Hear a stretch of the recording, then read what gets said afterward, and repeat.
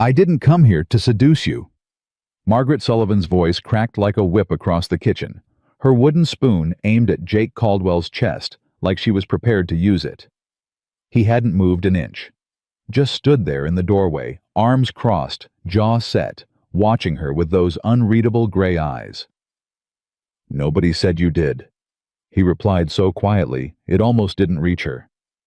"I'm just wondering if you can cook. If you're watching this story unfold, subscribe to this channel. Hit the bell and drop your city in the comments. Let's see how far this tale travels." The letter had promised $40 a month, a private room, and 3 meals a day for the cook. It had not promised the smell. Margaret Sullivan stepped off the wagon that had carried her the last 20 miles from Willow Creek's train depot, and the first thing that hit her wasn't the wind or the heat or the endless stretch of Texas sky above her. It was the smell of the bunkhouse kitchen drifting across the yard. Something between scorched lard and defeat. She pressed her carpet bag against her ribs, straightened her spine, and reminded herself of the alternative.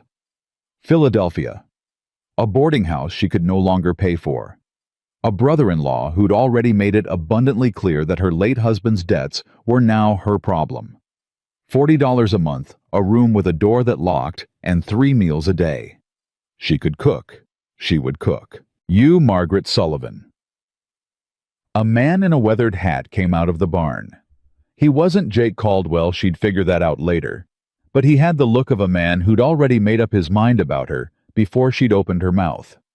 He was young, maybe 30, with a jaw like a cinder block, and the kind of squint that came from too many years staring into the Texas sun. "I am," she said. "Hank Doyle. I manage the hands."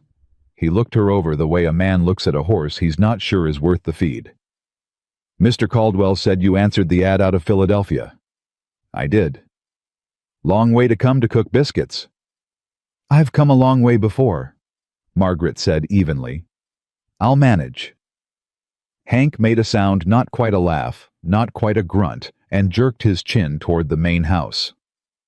"Kitchen's through the back. Mr. Caldwell's inside. He'll want to talk to you before supper." She followed Hank across a yard that was all packed dirt and function. Nothing decorative, nothing wasted. Fence posts, water troughs. A structure she guessed was the smokehouse. A bunkhouse long enough to hold a small army. 15 men, the ad had said. She'd cooked for her husband's dinner parties in Philadelphia. 8 courses, 12 guests. 2 kitchen girls helping her. She'd told herself 15 cowboys was no different. She told herself that again, walking through the back door. The kitchen stopped her. It wasn't small exactly, but it was a ruin of organization. Sacks of flour and cornmeal stacked without any system against the wall. Some of them opened and folded over themselves.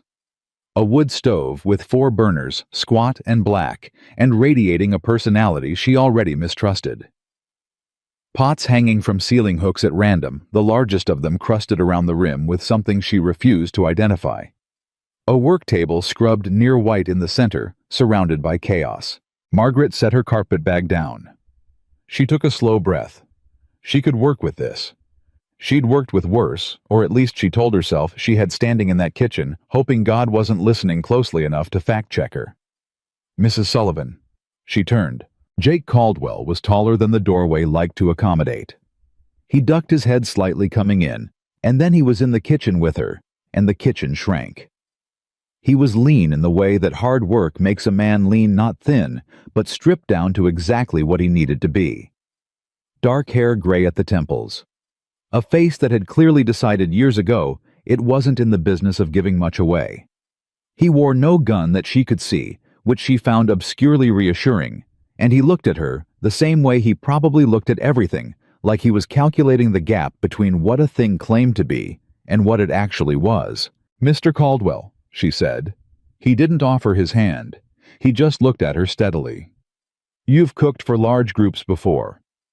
Dinner parties, church socials. My husband's family ran a cannery. I helped supervise the worker meal line for 3 summers. That's different from feeding working cowboys." "I expect it is," Margaret said. "I expect I'll adjust." Something moved behind his eyes.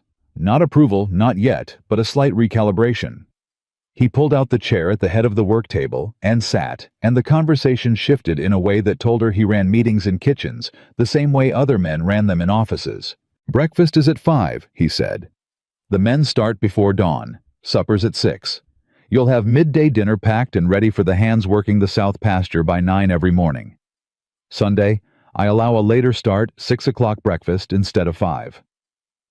Margaret was already doing mathematics in her head. 5 a.m. meant 4 a.m. for the biscuits. 15 men. She had no idea yet what the pantry held. "What's been happening for meals since your last cook left?" she asked. A pause. Brief, but there. "Hank's been managing." "Managing," she repeated carefully. "Badly," Jake said, which surprised her, the flat honesty of it. "The men are hungry, and they're irritable, and 2 of them filed a complaint with me last week about the bread." He paused again. "It had mold." "Understood," Margaret said. "I'll want to see the full pantry inventory tonight, and I'll need to know what your supply run schedule is. If I'm starting tomorrow at 5, I need to know what I'm working with by 8 o'clock tonight." Jake looked at her for a moment. Then he stood, which meant the meeting was apparently over. "Hank will show you the pantry and the root cellar. Your room's at the end of the hall. It has a bolt on the inside." He said this last part matter-of-factly, like it was a supply specification. "The men know the kitchen is your territory. They knock before entering." "And if they don't?" The corner of his mouth shifted barely. "Then that's their problem." He walked out.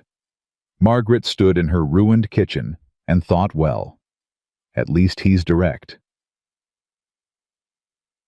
She found Hank waiting outside the pantry door, arms crossed, wearing the expression of a man who'd lost a silent argument and hadn't finished being sour about it.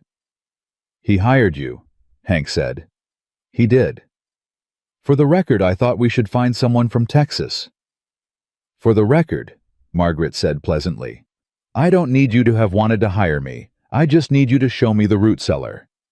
Hank showed her the root cellar. It was better than she'd feared and worse than she'd hoped. Potatoes in good supply. Dried beans, several varieties. Salt pork, a decent quantity. Smoked ham, 1 large piece. Canned tomatoes, a crate and a half. Cornmeal, flour, lard, dried chilies she didn't immediately recognize. Coffee, which was its own small mercy. No fresh vegetables except for a half-withered onion she picked up and turned over in her hands like evidence. "When's the next supply wagon?" she asked. "Saturday, 3 days." She looked at the onion. She looked at the salt pork. She made a decision. "All right," she said. "I can work with this." "You sure about that?" Hank said, and she couldn't tell if he was being sincere or testing her. "I've made a pot of something from less," she said. "Go tell your men that supper tomorrow will be proper food, not charity bread." Hank looked at her for a long moment. Then he almost smiled, just the edge of it, and walked away without another word. What-oh? That first night, Margaret didn't sleep much. She sat at the work table in the quiet kitchen, making lists by lamplight, mapping the pantry against the meal schedule.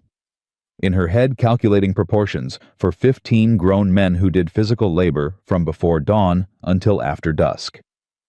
She'd cooked for her husband's household for 18 years. She'd cooked for church socials since she was 17.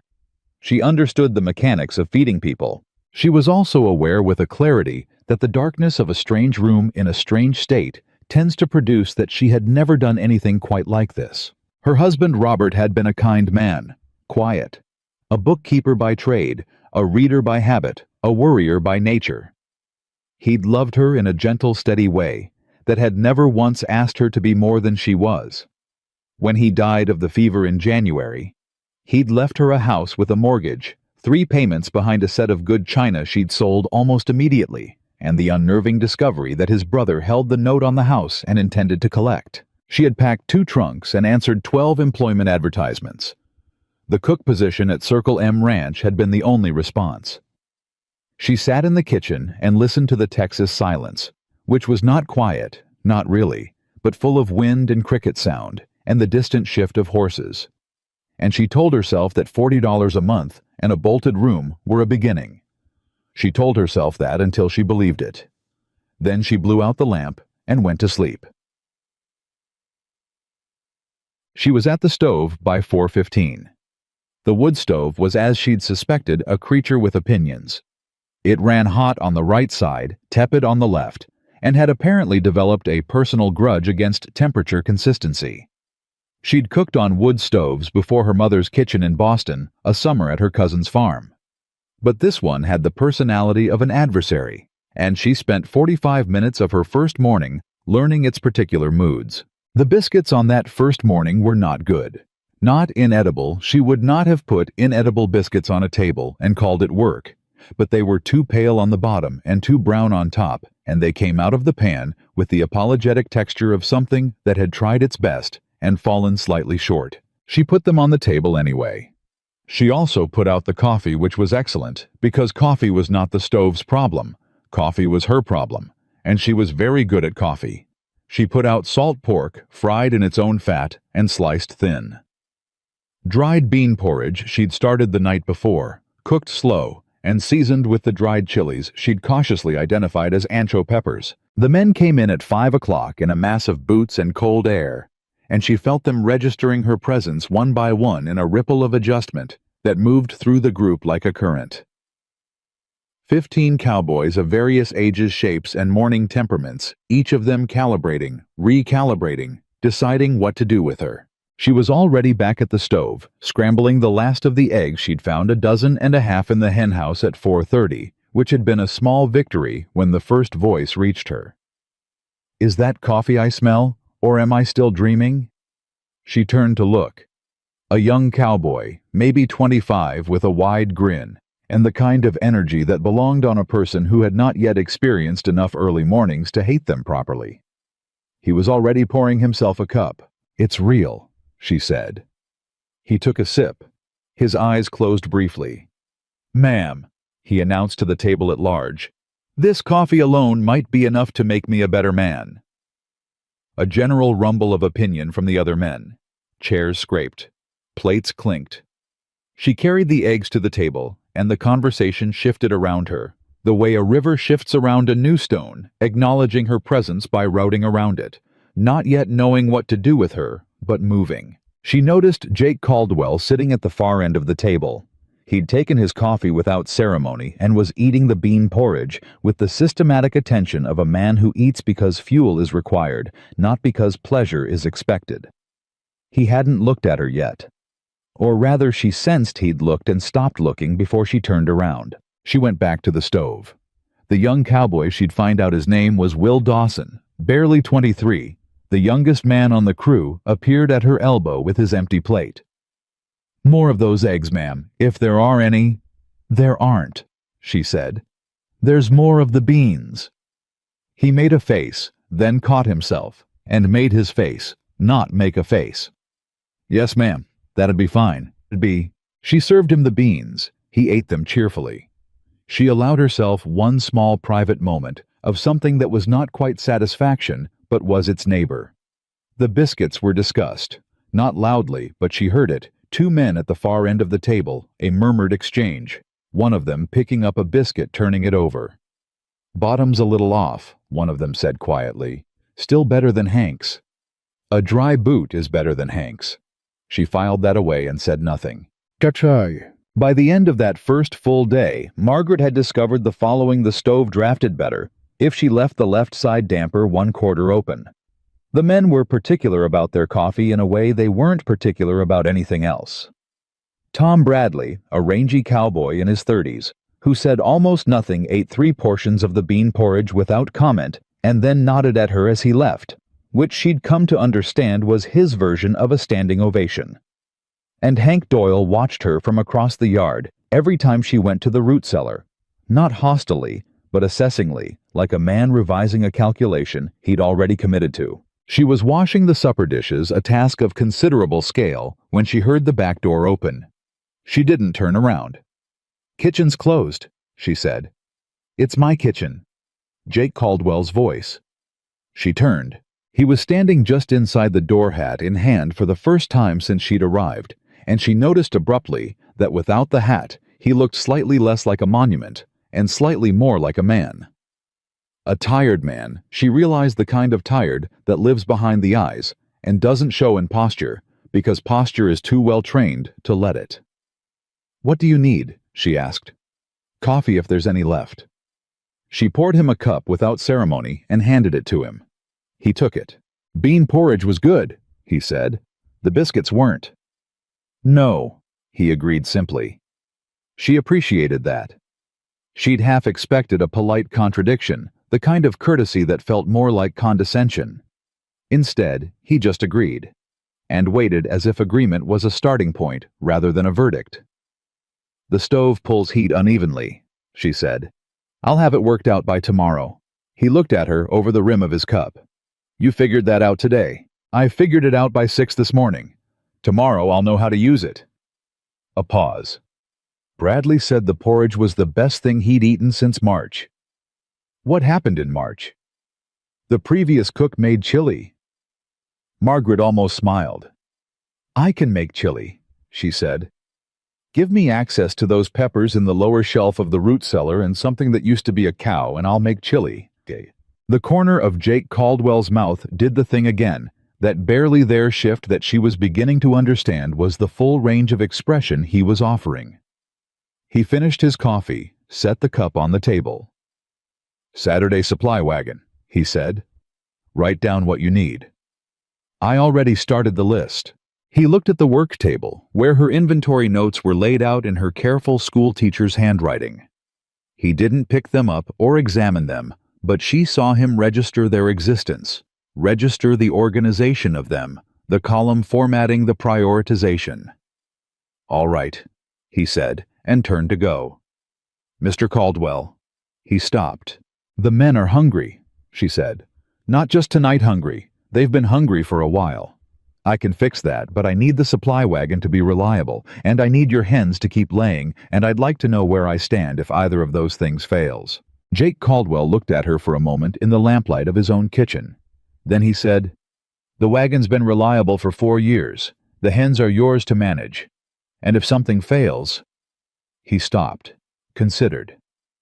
"You seem like a woman who finds a way around a problem." He left.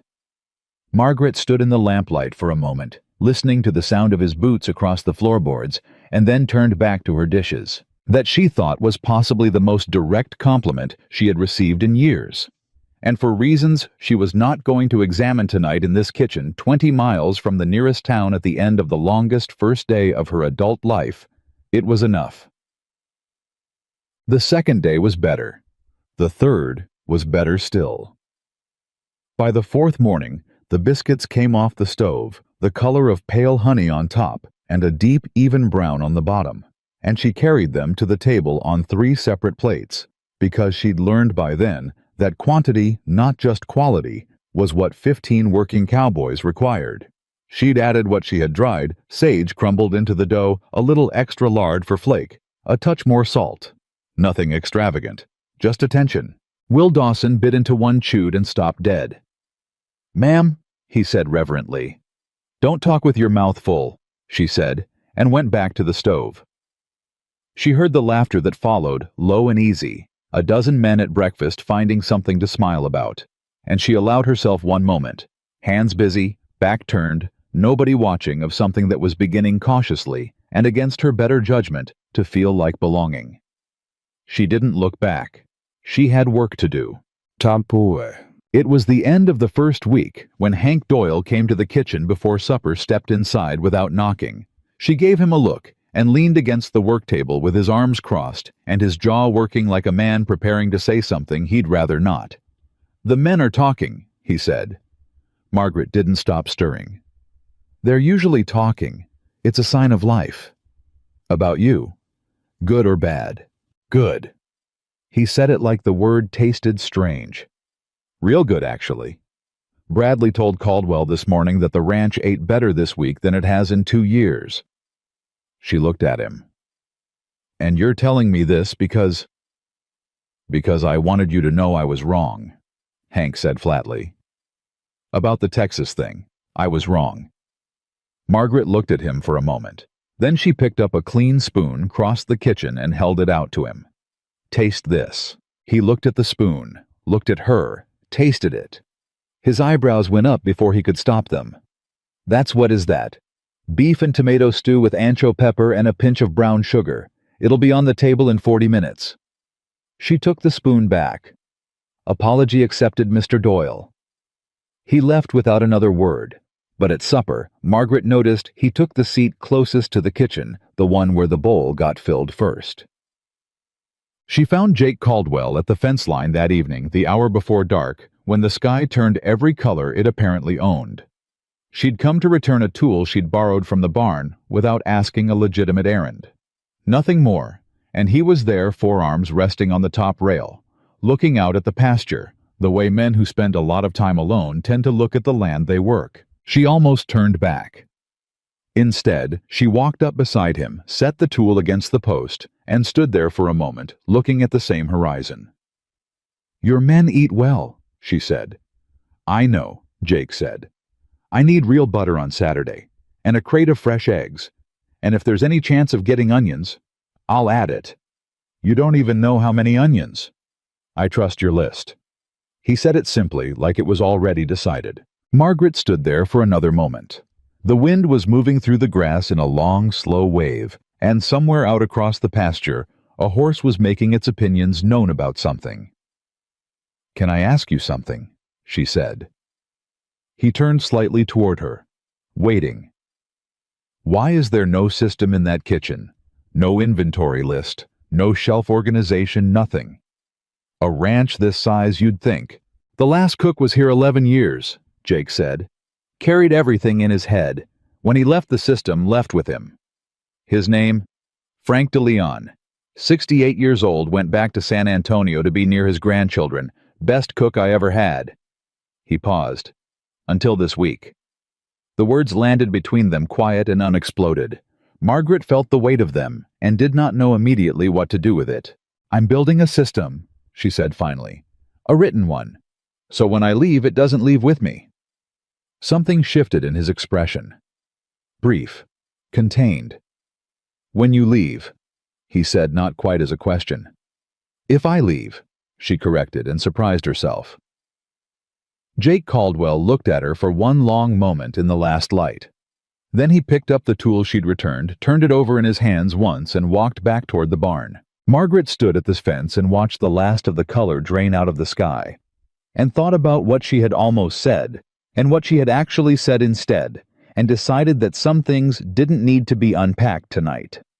She had $40 coming at the end of the month, a kitchen that was beginning to be hers, and 15 men who'd eaten well every day this week.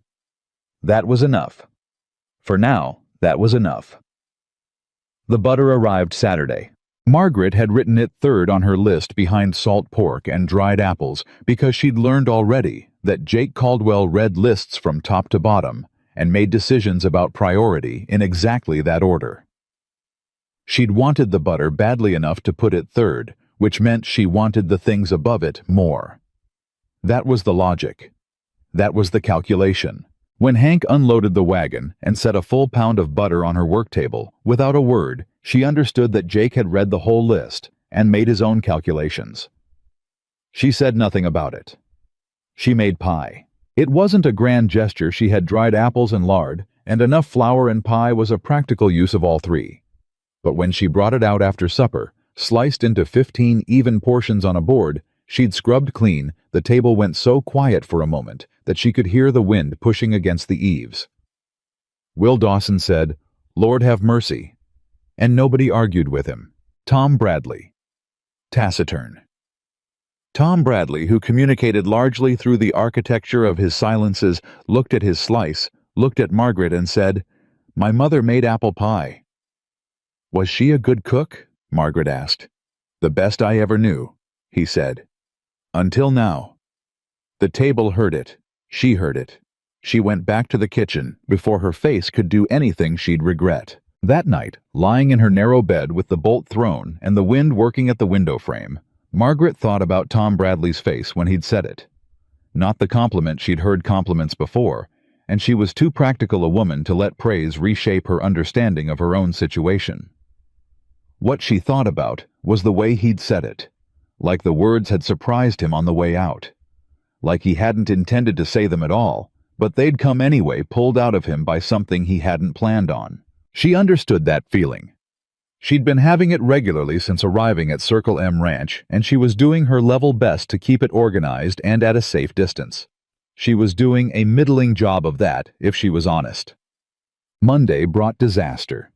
She'd been up since 4, which was routine now, and she had the breakfast biscuits in the oven, and the coffee on, and the salt pork sliced and ready when she reached for the bag of cornmeal on the second shelf and found it wet. Not just damp.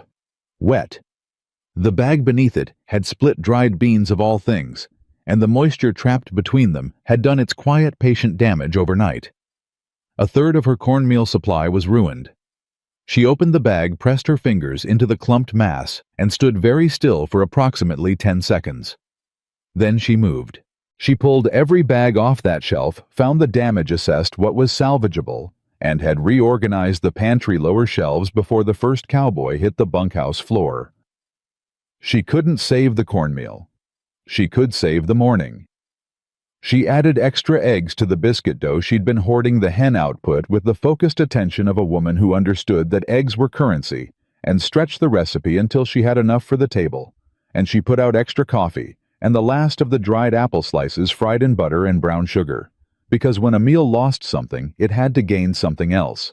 And cowboys, she'd determined, made most decisions with their noses. The men sat down. They ate. Nobody mentioned the absence of cornmeal porridge. Will Dawson ate 4 biscuits and looked like he was considering a 5th. "Ma'am," he said, "what did you put in these?" "Extra egg and a thought," she said. "Can you put that thought in every batch?" "Sit down, Will." He sat grinning. Across the table she saw Hank Doyle watching her with an expression she was beginning to recognize, the one he used when he was revising his opinion, and hadn't yet decided how far the revision went. After breakfast, she went back to the pantry and wrote the cornmeal loss into her inventory notes and added a shelf lining to Saturday's supply list. Small loss. Managed. She closed the notebook and went to start the midday dinner packs for the South Pasture crew. Jake found her in the middle of it 9 in the morning, hands deep in the business of packing biscuits and salt pork into canvas sacks, and she knew from the way he came in that he'd heard about the cornmeal. "Hank told me," he said. "It's handled." "I know. I'm asking if you need anything." She looked up. He was standing at a distance that was respectful and possibly also cautious. Hat in hand. Again she'd noticed he always came into her kitchen without his hat now, which she'd decided meant something without knowing what, and he was watching her with that calibrating look. "Shelf liners," she said, "for the pantry, and a better system for rotating stock so the older bags get used first. I can have Hank put up some boards." "I'd rather do it myself. I know what I need." A pause. "All right. And I need to know the dimensions of that pantry by this afternoon so I can plan the layout." He looked at her for a moment. "Do you always fix things this fast?" "I fix things the speed they need to be fixed," Margaret said, "which is usually faster than anyone expects." Jake Caldwell stood in her kitchen doorway and looked at her with an expression she couldn't fully read, somewhere between respect and something more complicated that she had no business trying to name, and then he nodded once and left. She packed the last canvas sack and went back to work. Etched. By the end of her second week, she had reorganized the pantry completely. It wasn't a small project. She'd done it in the gaps, the 2 hours between supper cleanup and sleep, the quiet of Sunday afternoon, when the men had their half day and the kitchen was hers. She'd built a rotation system using chalk marks on the shelves, and a running inventory list, pinned to the inside of the pantry door, updated daily. She'd identified the 3 areas of the kitchen where temperature and moisture created problems, and addressed each one with whatever was available. A folded canvas. Here, a gap in the wallboard sealed with old cloth. There, a rearranged stack that kept the most vulnerable supplies away from the trouble zones. Hank came to find her on Wednesday of that week, stood in the pantry door watching her chalk mark a new shelf, and said, "You know you didn't have to do all this." "I know," Margaret said. "Hand me that sack." He handed it. She positioned it. He watched. "Frank DeLeon never touched the pantry organization," Hank said. "Frank DeLeon carried it in his head. That's a single point of failure." She stepped back, assessed the shelf.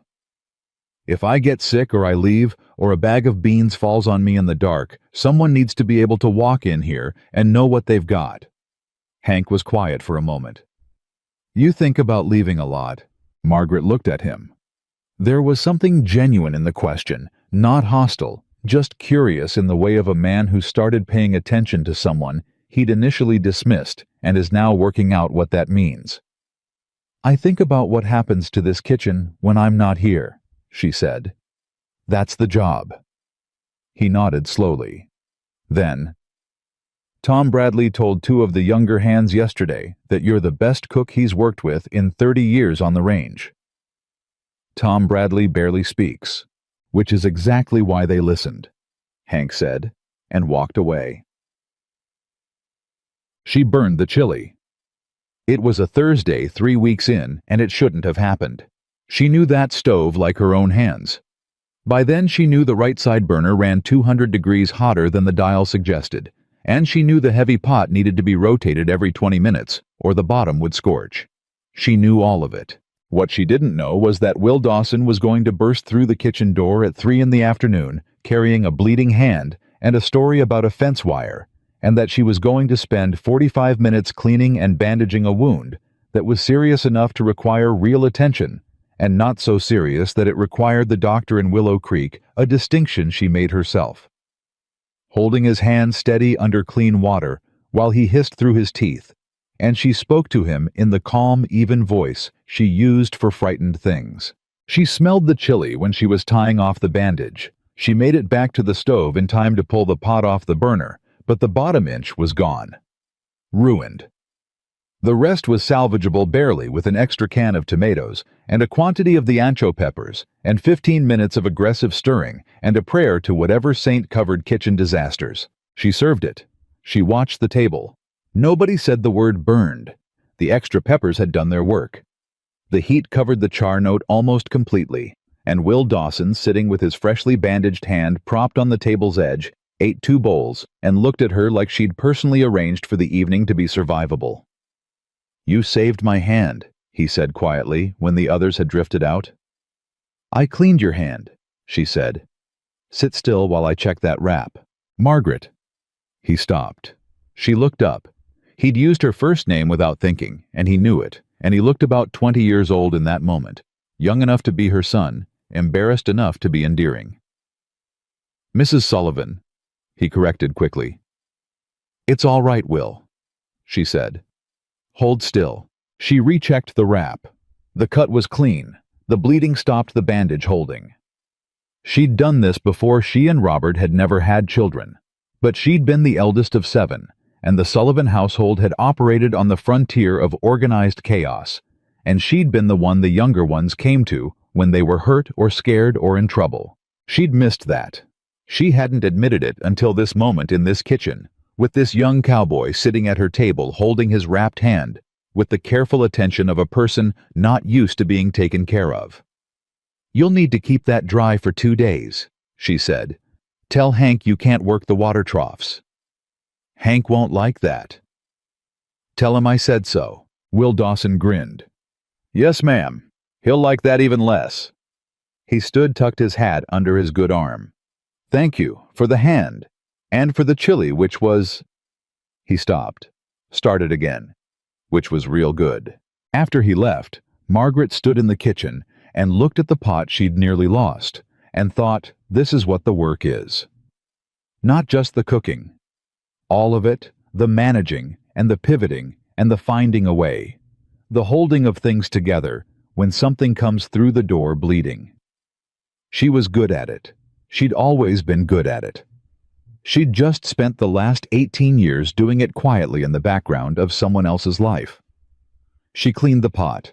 She started tomorrow's bread. Bye. It was Jake who brought it up. That was the part she hadn't expected. He came to the kitchen that Thursday evening, later than usual, nearly 8 o'clock, the ranch quiet except for the sounds of men settling in the bunkhouse, and he sat at the work table without asking permission, which was new, and he looked at her with that assessing look that she'd stopped reading as coldness and started reading as attention. Will told me what happened, he said. Which part, she asked. The hand or the chili? Both. Both were handled. I know. He put his hat on the table. I'm asking how you knew what to do. With the wound. Margaret set down her rolling pin. She turned to look at him properly. I grew up the oldest of 7, in a household where the nearest doctor was a 2-hour ride. My mother taught me basic wound care when I was 12 years old, because she said someone needed to know it, and I was the someone available. Jake was quiet for a moment. And the chili. What about the chili? It was different tonight. More pepper. She almost laughed. The bottom scorched. I fixed it. I noticed. A pause. Most people can't fix a scorched pot of chili. Most people haven't scorched as many pots as I have, she said, and then before she could think better of it, she smiled. Not the careful, managed expression she'd been maintaining for 3 weeks. An actual smile, the kind that reached her eyes and didn't apologize for being there. Jake Caldwell looked at her smile for approximately 3 seconds, and something in his face shifted, rearranged itself in a way that was swift and involuntary, and quickly controlled the way a flame bends in wind and then rights itself. He looked down at the table. You handled 2 problems today, he said, at the same time, without asking for help. I didn't have time to ask for help. That's not what I meant. He looked up. I meant that you handled them. That's not something I take for granted. The kitchen was very quiet. Outside, a horse shifted in the barn, and something in the bunkhouse produced a brief rumble of laughter that faded. Mr. Caldwell, Margaret said. Was this a compliment? The corner of his mouth.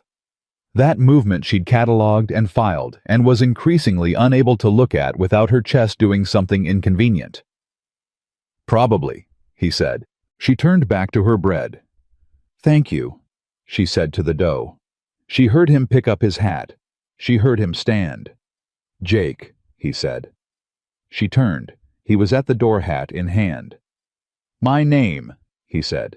You can use it. He left before she had to decide what to do with that.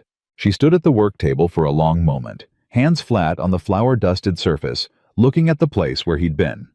Then she put her whole attention back into the bread, because the bread was real and measurable, and would not look at her with gray eyes that recalibrated her whole understanding of a person the longer she held them in view. She made excellent bread that night. The supply wagon came Saturday, and with it came news.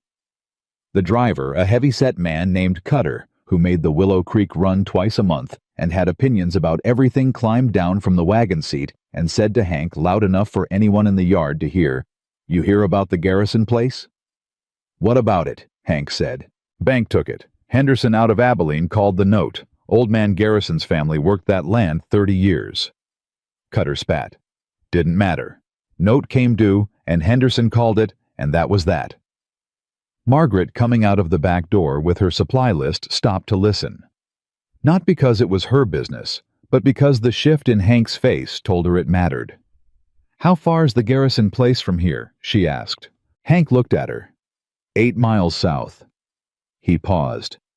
Caldwell's been helping Garrison with water rights for 2 years. They share a creek line. She understood then why the muscles in Hank's jaw were doing what they were doing. She took her supplies inside and said nothing.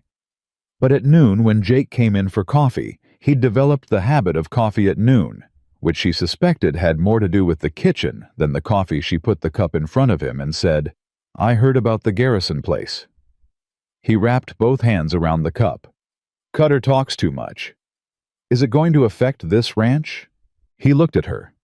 And she saw it then, the thing behind the steady gray gaze, the thing that all the control and all the containment was wrapped around. Not fear. Jake Caldwell wasn't a man who got frightened in the ordinary sense, but something adjacent to it. The particular weight that comes when a person understands that the thing they've built, the thing they've poured themselves into, is not as secure as they need it to be. Henderson's been buying up notes along this valley for 2 years, Jake said. Garrison's the 3rd ranch he's taken. And your note? Margaret asked, because she was not a woman who could stand next to a problem without naming it. A pause that lasted exactly long enough to tell her the answer before he gave it. Mine comes due in 8 months. The kitchen was very quiet. Can you meet it? She asked. If this season holds, he said. If beef prices don't drop. If I don't lose cattle to weather or sickness between now and then. He stopped. 3 ifs. That's 3 too many, she said. Yes. He drank his coffee, set the cup down. It is. She sat down across from him the first time she'd ever sat at this table as anything other than someone serving it, and looked at him directly. What do you need? He looked at her sitting there, and something in his expression shifted in a way she didn't know what to do with. Not the corner-of-mouth thing. Something more open, unguarded, like a window in a house that keeps its shutters closed had come briefly accidentally unlatched. I don't know yet, he said honestly. All right, Margaret said. When you do tell me. She didn't know exactly what she was offering. She wasn't sure he did either. But she said it, and it landed between them, and neither of them moved to take it back. Jake Caldwell looked at her for a long moment. Then he picked up his hat. The bread this week, he said at the door. Best I've had. I know, she said. He almost laughed. She heard the edge of it, not quite there, but close, and then his boots crossed the floor and the door shut behind him, and Margaret sat at her own table in the particular kind of quiet that follows something important, and let herself feel the full weight of what she'd just heard. Henderson. 8 months.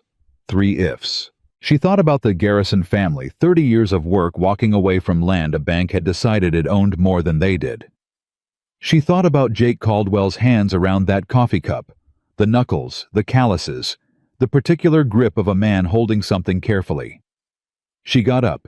She had 15 men to feed at supper. She fed them well. It was Will Dawson who said it first, the way young men often say the true thing, because they haven't yet learned the full cost of saying true things out loud. 3 weeks had become a month, and the month had settled into a rhythm, and Margaret had stopped thinking about Philadelphia, except in the way you think about a scar, not constantly, but when something presses on it. She was standing at the stove on a Tuesday morning, the kitchen full of breakfast sounds and coffee, and the particular controlled chaos of feeding 15 people, when Will came in early, before the others, with some errand she'd already forgotten, and stopped in the doorway and looked around at the kitchen, at the ordered shelves, the rotating inventory. The 3 pots going at once, each at the right temperature, each timed to the others. The biscuits already done, and resting the salt pork done, and plated the coffee at its proper strength. All of it moving the way a well-run thing moves, like it had always been this way, like it couldn't be otherwise. This place looks different, Will said. I reorganized the shelves last week, Margaret said without turning. Not the shelves. He paused. The whole thing, the whole kitchen. It feels different. Different how? He thought about it. He was young, but he wasn't careless about words. She'd come to appreciate that about him. Like someone's here, he said finally. Like someone's home. Margaret kept her eyes on the stove. Sit down, Will, she said. Breakfast is in 10 minutes. He sat. She cooked. And she did not examine right then the way those words had moved through her like light through a window she hadn't known was there. Landing somewhere she'd believed for a long time was empty. She had 10 minutes before 15 men needed feeding. She focused on the biscuits. The biscuits were perfect. The storm didn't announce itself. That was the thing Margaret would remember afterward, not the storm itself, but the absence of warning.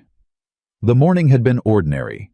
Breakfast at 5 biscuits done right, coffee strong, 15 men eating and talking and filing out into a Tuesday that looked like every other Tuesday.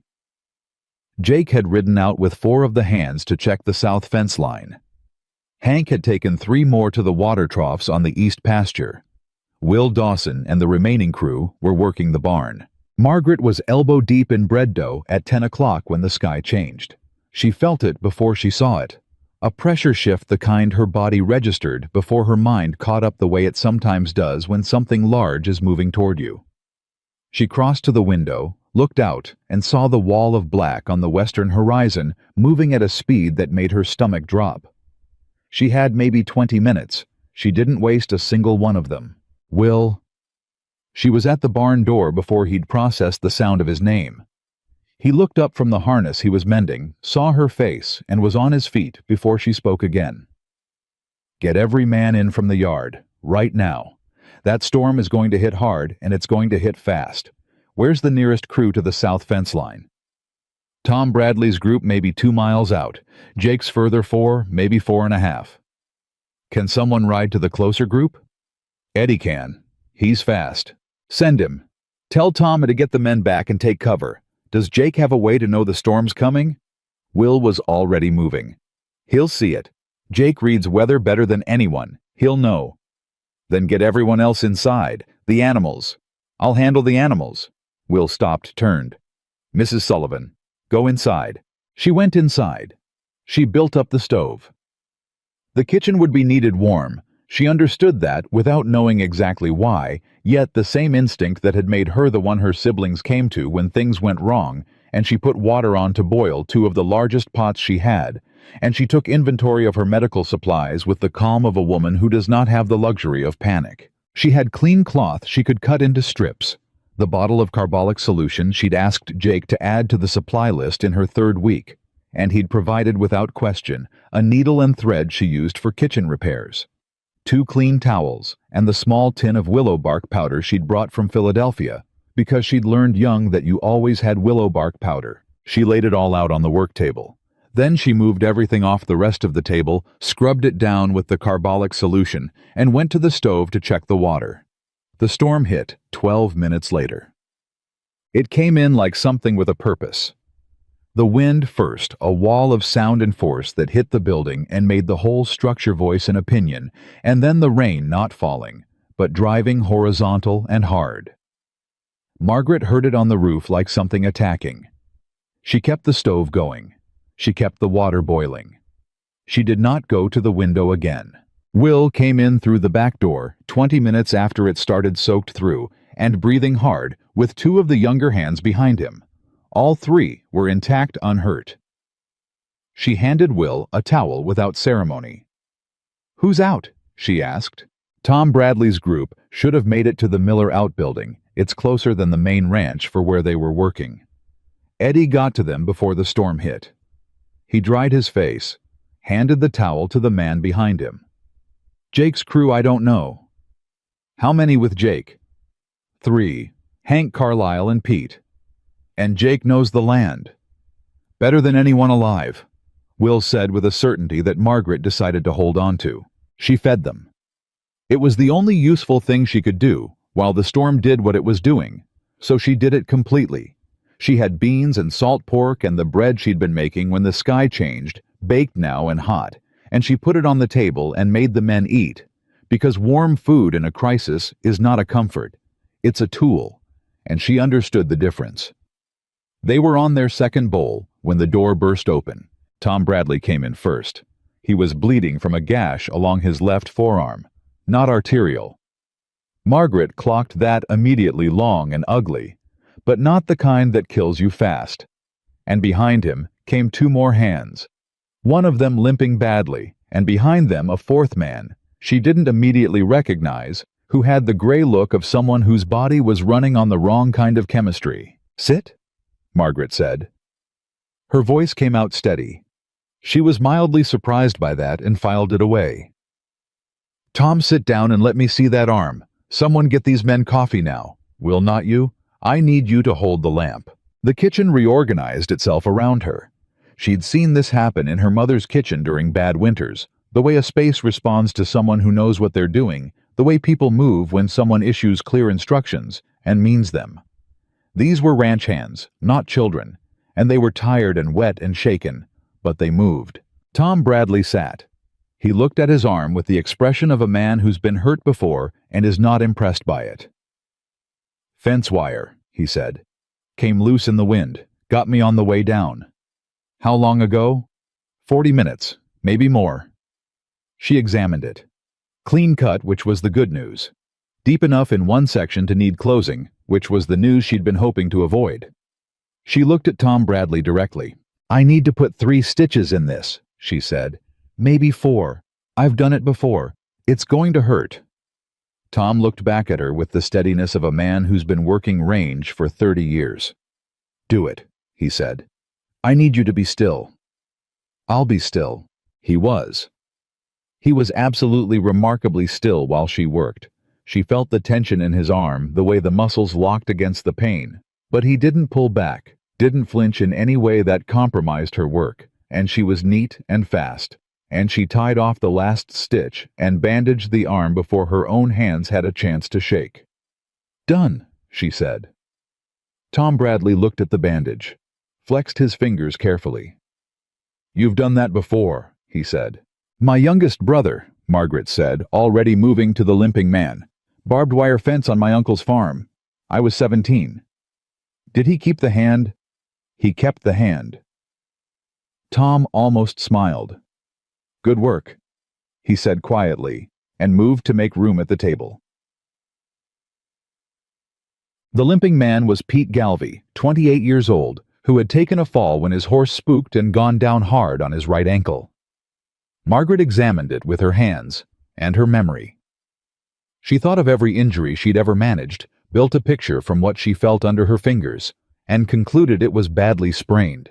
Possibly a hairline crack she couldn't assess without a doctor, and needed to be wrapped tight and kept off. "You're done working today," she told Pete. "I'm all right," he said. "You're done working today," she repeated in a voice that apparently did not leave room for negotiation, because Pete Galvey, who was larger than her by a considerable margin and had been working cattle for 6 years, looked at her and said, "Yes, ma'am." Will Dawson holding the lamp caught her eye and said nothing. But she saw his expression. She wrapped Pete's ankle. She checked the fourth man, the gray-faced one whose name was Carl, who had been caught in the open when the storm hit, and had walked the better part of a mile in wind that was trying to blow him sideways. He was cold, deeply cold, the kind that comes from the inside out. She sat him directly in front of the stove, with a blanket and a bowl of hot broth. She improvised from salt pork drippings and boiling water and half an onion. She had 3 onions, now precious as gold, and she watched his color come back with the attention of a woman who understood that cold like that can turn a corner you don't see coming. "Don't let him sleep yet," she told Will quietly. "Keep him talking." "What do I talk about?" "Anything. Ask him about his family. Ask him about the worst meal he ever ate. It doesn't matter, just keep him responding." Will sat next to Carl and started talking. Margaret heard him launch into a story about a cook in Amarillo who'd served something that was allegedly beef stew, and Carl's voice came in after a moment, thin but there, and she turned back to the stove and let out a breath she hadn't known she was holding. 9 men accounted for, 6 still out, Jake still out. She put more water on to boil and did not think about that directly. Thinking about it directly was not a tool. Thinking about what to do next was a tool. She inventoried the kitchen, what she had, what she might need, how long the storm had been running, and how much longer the sky looked capable of sustaining it. And she made a pot of chili with everything she had left. That was appropriate because it was the warmest, densest food she could produce in quantity. And she had a feeling this kitchen was going to need to feed more people before the day was over. She was right. Hank came in with Carlisle at the 2-hour mark.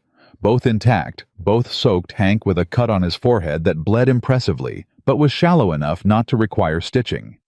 She cleaned it, closed it with 2 strips of cloth pressed firm, and told him to hold it for 10 minutes. "Jake," she asked, because she was done not asking directly. Hank's jaw set. "He was ahead of us when it hit. He knows a ravine shelter on the north side old Trapper's Dugout solid structure. He'll have taken the crew there." "How far?" 2 miles north of where we were. Maybe 3. "How long until they can ride back after the storm breaks?" Hank looked at her steadily. "You worried about him." "I'm trying to plan supper," Margaret said. Hank held her gaze for a moment. She held his back without flinching. He looked away first. 30 minutes after the storm breaks, he said. "That's my guess." "Then I'll have food ready in 2 hours," she said, and went back to the stove. She made the chili. She kept the water hot.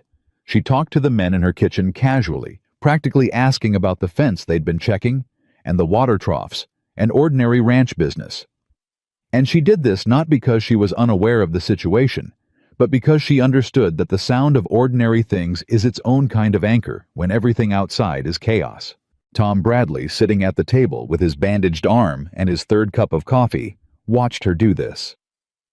She felt his attention, that quiet, assessing gaze that had made her uncomfortable in her first week, and had somewhere along the way become one of the things in this kitchen she trusted.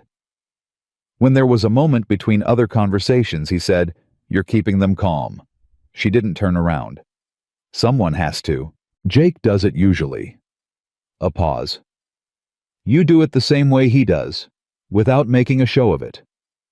Margaret kept her hands moving. "Eat your chili, Tom." "Already had 2 bowls." "Then have a third."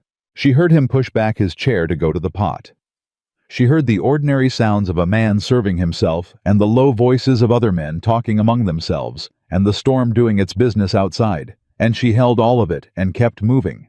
And she did not let herself think about gray eyes and gray skies and the 3 miles between a trapper's dugout and this kitchen until there was nothing left to do but think. The storm broke at 2:30 in the afternoon. It went the way these storms go, not gradually, but suddenly, the violence of it dropping away like a curtain, leaving behind a silence so complete it rang. Margaret stood at the stove and listened to the silence, and then she heard from outside the sound of horses. She was at the door before she'd decided to be. Jake came through the yard gate on horseback, 3 men behind him, all 4 of them soaked and weathered and intact. He saw her standing in the doorway and reined in. For a moment, neither of them moved. Then he swung down from the horse and walked across the yard and stopped a few feet from her. And he looked at her the way a person looks at a thing they were afraid they weren't going to see again and haven't yet reorganized their face around the relief of seeing. "Everyone accounted for?" he asked. "Everyone's inside," she said. "Tom Bradley needed stitches. Pete Galvey's ankle possible fracture needs a doctor's assessment. Carl was hypothermic, but he's warmer now and talking." She paused. "Hank's forehead needed closing. It's done." Jake looked at her for a moment without speaking. Then, "You did all that.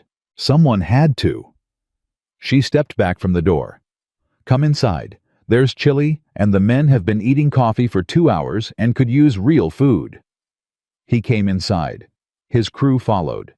She fed them, all of them, the whole accumulation of men that her kitchen held, moving between the stove and the table in the rhythm she'd built over 6 weeks, knowing without looking who needed more and who was done, and where the bottle of carbolic was, and how much willow bark powder she had left. Jake sat at the end of the table, and ate, and said nothing, and she was aware of him, with a clarity that had nothing to do with the crisis, and everything to do with the man himself. The particular relief of his presence, the specific weight of the space he occupied, the fact that the kitchen felt different with him in it, and she had run out of ways to pretend she hadn't noticed. She was alone in the kitchen at 8 o'clock, cleaning up the aftermath when he came back. He'd been out to assess damage. She knew she'd heard him moving around the ranch in the last hour. Heard voices, heard the particular pattern of a man cataloging what the storm had cost him. She'd stayed in the kitchen and cleaned, and let the men do what men do after a crisis, which is talk about it in careful, practical terms that carry the weight of what they're not saying. He sat at the table. She didn't ask if he wanted coffee, she just poured it and put it down. 2 sections of fence line gone, he said. We'll lose 2 days fixing it. The Miller outbuilding took damage, nothing that can't be repaired, but it'll cost. He wrapped his hands around the cup. The cattle held. No losses. That's good, she said. It is. He looked at the cup, then at her. Tom Bradley told me you put 4 stitches in his arm. 3.5, she said. The last one was arguable. He said you talked him through the whole thing, kept him steady. He kept himself steady. I just gave him something to focus on. Jake was quiet for a moment. The kitchen held the kind of silence that's full rather than empty, the warmth of the stove, the smell of the chili that was mostly gone, the particular quiet of a building that's held a lot of people and is now temporarily holding just 2. Margaret, he said. She stilled. He'd used her name, her first name, for the first time. She turned from the sink and looked at him. What you did today? He stopped. Started again more carefully. I've run this ranch for 14 years. I've had a lot of people working here. Good people. Capable people. He looked at her directly, and she saw it again, that unguarded thing, the window accidentally open. I've never seen anyone manage a crisis the way you did today. Not Hank, not Tom Bradley, and Tom Bradley is the best man I've got. Margaret stood very still. You kept 9 men calm, he said. You did medical work that some trained people couldn't have done. You kept the kitchen running, kept people fed, kept them... He paused, finding the word. Held together, when everything outside was coming apart. I did what needed doing, she said, and heard how inadequate that was. I know, Jake said. That's what I'm telling you. You saw what needed doing, and you did it, without being asked, without any hesitation I could see. He stopped. That's not a common thing. Margaret looked at him across her kitchen. The man who had hired her with 2 sentences and assessed her over the rim of a coffee cup and given her the use of his kitchen and never once made her feel like a hired woman in someone else's house. She thought about the note due in 8 months. She thought about Henderson buying up Valley land like he was collecting stamps. She thought about 3 ifs. Jake, she said. His name in her mouth the first time. She saw him register it. What are you going to do about Henderson? The question surprised him. She watched it surprise him, the shift in his face, the brief exposure of something he'd been carrying alone. I'm working on it, he said. That's not an answer. No, he agreed. It's not. He turned the cup in his hands. I have a lawyer in Willow Creek, Elias Marsh. He's been looking at the terms of Henderson's acquisitions, the Garrison note, the Rourke place before that, looking for the pattern. Has he found one? He thinks so. Jake's voice was careful and flat, the way it gets when something matters enough to require careful handling. Henderson's been manipulating the terms on refinancing offers, sending the paperwork with altered figures and a short response window, 3 days, sometimes 2. By the time the ranchers notice the discrepancy, the window's closed and the favorable terms are off the table. Then he calls the original note. Margaret was very still. That's fraud, she said, if you can prove it. Can Marsh prove it? He needs one more piece. The original paperwork from the Garrison deal, Garrison's copy with the figures Henderson sent him before he changed them. A pause. Garrison's family is in San Antonio now. Marsh wrote to them 2 weeks ago. And we're waiting. Jake looked at the table. 8 months isn't long to wait for a letter that may not say what we need it to say. Margaret thought about this for a moment. Then she said, What happens to the men if Henderson takes the ranch? Jake was quiet for long enough that she had her answer. Then I'll fight that when it comes, he said finally. Not defeat. He was not a man who did defeat, but the honesty of someone who has looked at a bad outcome and decided to name it rather than pretend it's not there. No, Margaret said. He looked at her. You won't fight it when it comes, she said. You'll fight it now. What does Marsh need besides the Garrison paperwork? Documentation. A pattern that holds up in a legal proceeding. Evidence that Henderson used the same method across multiple properties. Then document it. Write down everything you know about the Garrison deal, the Rourke deal, every detail you were told by those families. Dates, figures, the timeline of each note call. She pulled out the notebook she kept on the kitchen shelf, her inventory book half full of supply lists and meal plans, and set it on the table in front of him. Start tonight. Jake looked at the notebook, looked at her. You're telling me to write in your recipe book, he said. I'm telling you to write in the back of my recipe book, she corrected. The front is taken. Something shifted in his face, that almost laugh that she'd been cataloging for 6 weeks, closer this time than it had ever been. He picked up the notebook. He looked at the back pages, blank and waiting. You know something about this, he said. Legal records. Documentation. My husband was a bookkeeper, she said. I kept his office organized for 18 years. I know what a coherent paper record looks like, and I know what lawyers need it to look like, which is not always the same thing." She paused. "I also know what fraud looks like in a set of numbers, because Robert spent 3 months once untangling a client's accounts that had been altered, and I sat at that table with him every night while he worked through it."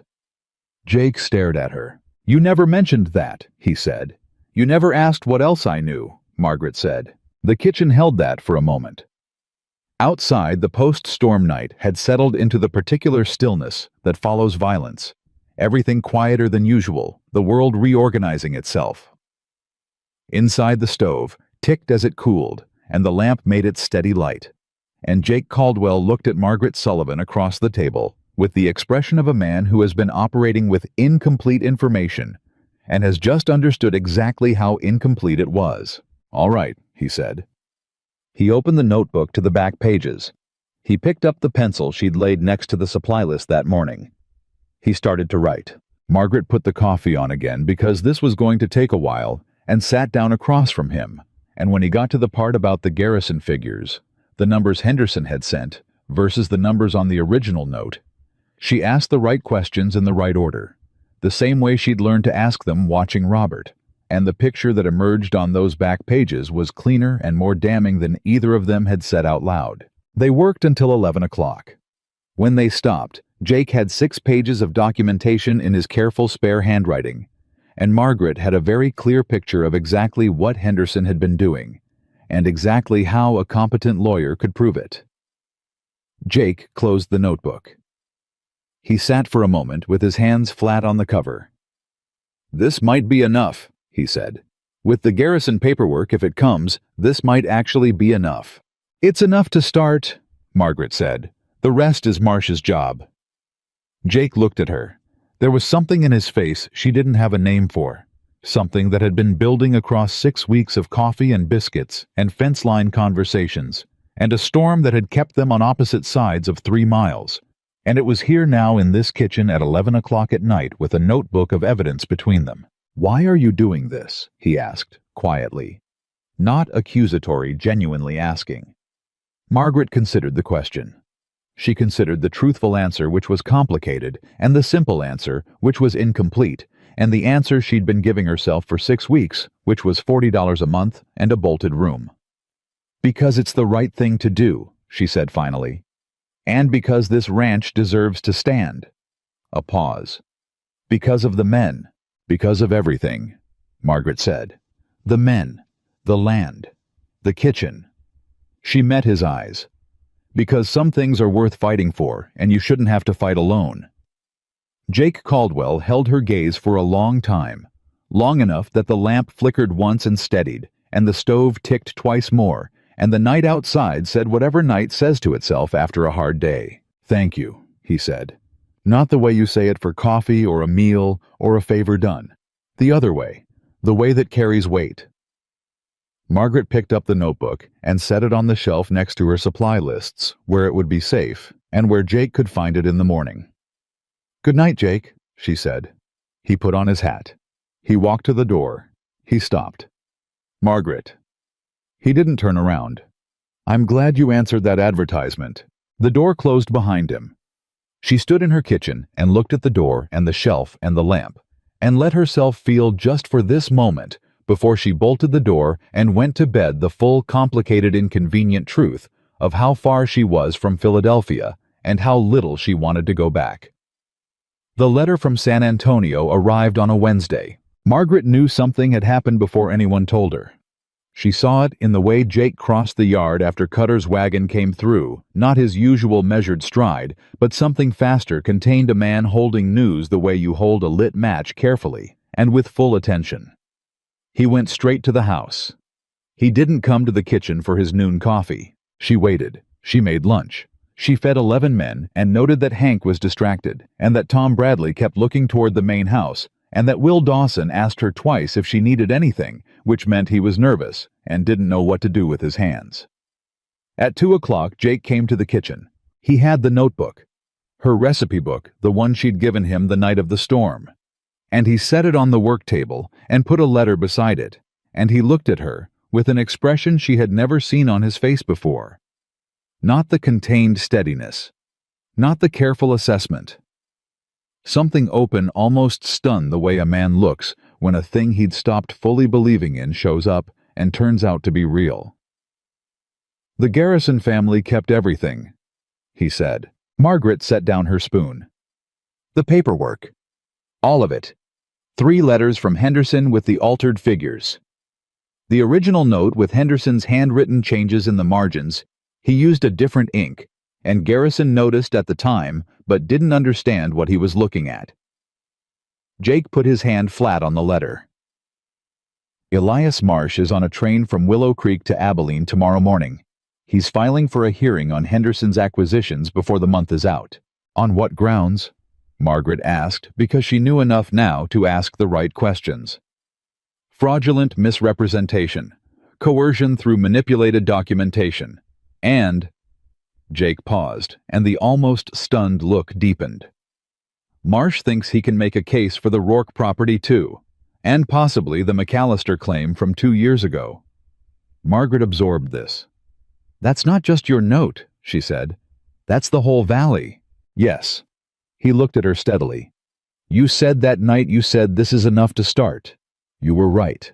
It was exactly enough to start." She didn't say anything for a moment. She thought about that night, the lamp, the notebook, the 11 o'clock silence, Jake's careful handwriting laying out a pattern of theft in plain language on the back pages of her recipe book. "What happens now?" she asked. "We wait for the hearing date. Marsh estimates 4 to 6 weeks. Jake's jaw tightened briefly. "Henderson will fight it. He has money, and he has lawyers, and he has connections in Abilene I don't want to underestimate. But Marsh is good. Marsh is the best lawyer in this county, and he's angry," Jake said. "He grew up 2 ranches down from the Garrison family." Margaret considered this. "Angry is useful," she said, "as long as it's organized." Jake looked at her. "You sound like you've been in a courtroom." "I've been in my husband's office at the end of a bad quarter," she said. "It's similar." That almost laugh, closer than ever. She watched him wrestle with it, the impulse toward something lighter, something less contained, and she watched him let it win just barely, just enough. The corner of his mouth became an actual quarter-inch of a real smile, and Margaret Sullivan felt it in her chest, like a struck match. She turned back to the stove before her face could say anything she wasn't ready to say. "I'll have supper ready at 6, she said. "Go tell Marsh whatever he needs." She heard him pick up the notebook. She heard him pause. "I'm keeping this," he said, "until after the hearing." "The back pages are yours," she said. "Don't lose it. My bread ratios are in the front." He left. She stood at the stove and breathed once deliberately and went back to work. The weeks that followed the storm had changed something in the ranch, and Margaret felt it every day in the kitchen. It wasn't dramatic. It wasn't any single thing she could have pointed to. It was the accumulation of small shifts, the way Hank knocked now every time without exception, and then sometimes came in and sat at the work table and talked to her about ranch logistics in the comfortable way of a man who's decided someone is worth talking to. The way Tom Bradley on his 3rd week with the healed arm had taken to arriving 10 minutes early for breakfast and drinking his first coffee in silence at the kitchen table. Not because he needed to be there, but because apparently he wanted to be. The way the younger hands had stopped calling her ma'am, with the wary formality of men handling something unfamiliar, and started calling her ma'am the way you call someone ma'am, when you mean it as respect rather than distance. Will Dawson had started helping with the supply unloading on Saturdays without being asked. He never said why. She never asked. But every Saturday he appeared at the wagon, unloaded the crates, and carried them to the kitchen door. And once he'd learned her organizational system, he placed things in the right order without being told, which she found more touching than she expected. "You don't have to do that," she told him one Saturday. "I know," he said, and kept doing it. She fed them all well. She kept feeding them better. The supply wagon now brought what she needed because she'd taken over writing the order herself. Jake had handed her the supply account book 3 weeks after the storm with 2 sentences. The way he did most things. "You know what the kitchen needs. You know what it costs.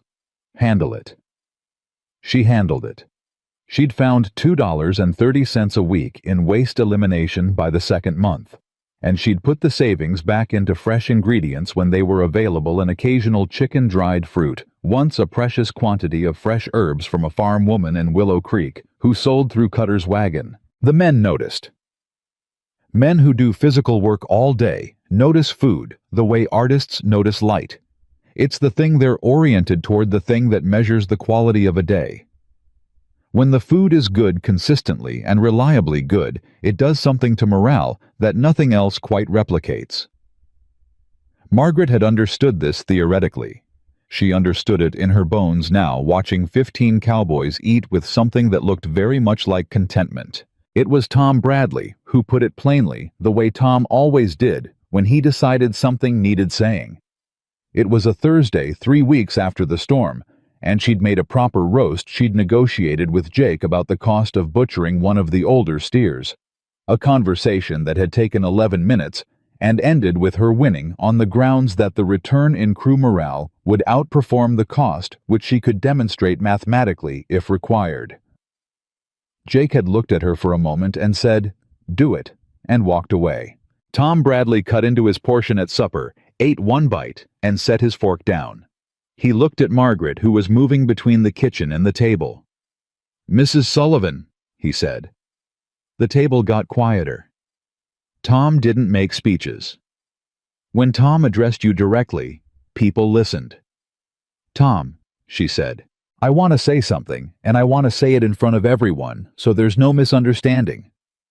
He was matter-of-fact about it the way he was matter-of-fact about everything. "When you got here, I thought you'd last 3 weeks. I thought this was a Philadelphia woman who answered the wrong advertisement and would be back on the train before the month was out." The table was very quiet.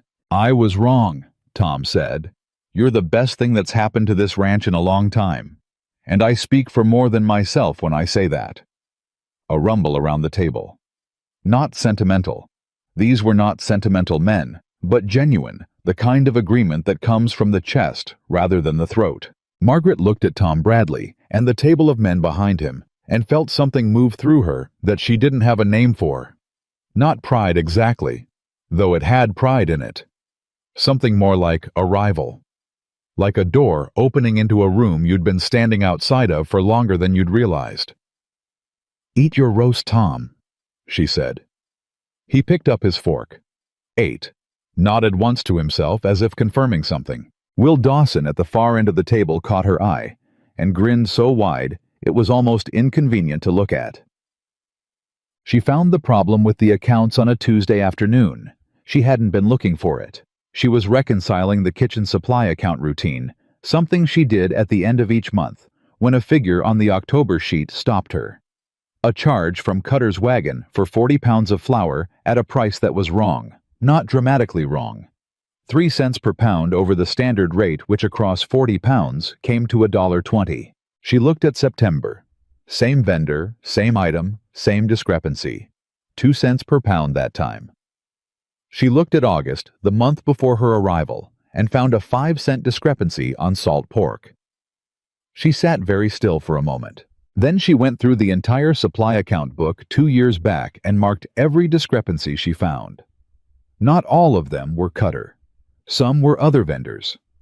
All of them were small, nothing that would catch the eye of a man who was running a ranch and reading accounts at the end of a long day, looking for large errors rather than systematic small ones. By the time she was done, she had 14 months of small overcharges, totaling $63.40.